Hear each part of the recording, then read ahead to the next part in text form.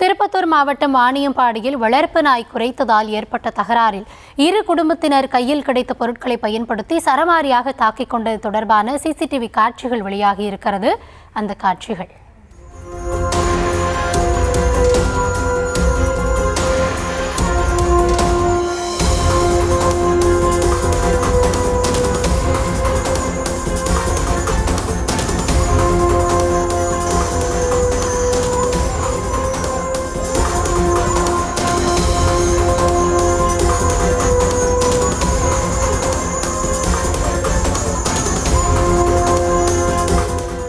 இது தொடர்பான விவரங்களோடு நம்முடைய செய்தியாளர் நாகராஜ் இணைந்திருக்கிறார்.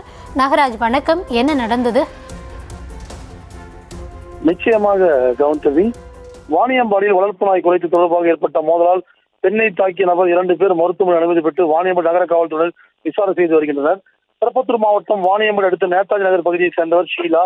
இவர் தனது வீட்டில் வளர்ப்பு நாயை வளர்த்து வரும் நிலையில் இந்த நாயுடன் சேர்ந்து வீதியில் சுற்றித் திரியும் நாய்களும் ஒன்று சேர்ந்து வழியாக செல்லும் பொதுமக்களை குறைத்துக் கொண்டு அச்சுறுத்தி வந்துள்ளதாக கூறப்படுகிறது. இந்நிலையில் இது குறித்து அதே பகுதியைச் சேர்ந்த கணேஷ் என்பவர் ஷீலாவிடம் கேட்டபோது ஷீலாவுக்கும் கணேசனுக்கும் இடையே கடும் வாக்குவாதம் ஏற்பட்டது. பின் இதில் ஆத்திரமடைந்த கணேசன் ஷீலாவின் கன்னத்தில் தாக்கியதாக கூறப்படுகிறது.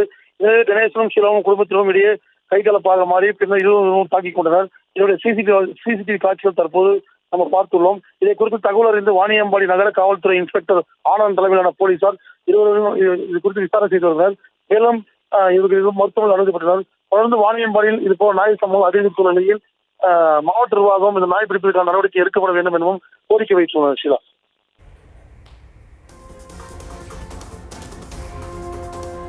விவரங்களுக்கு நன்றி.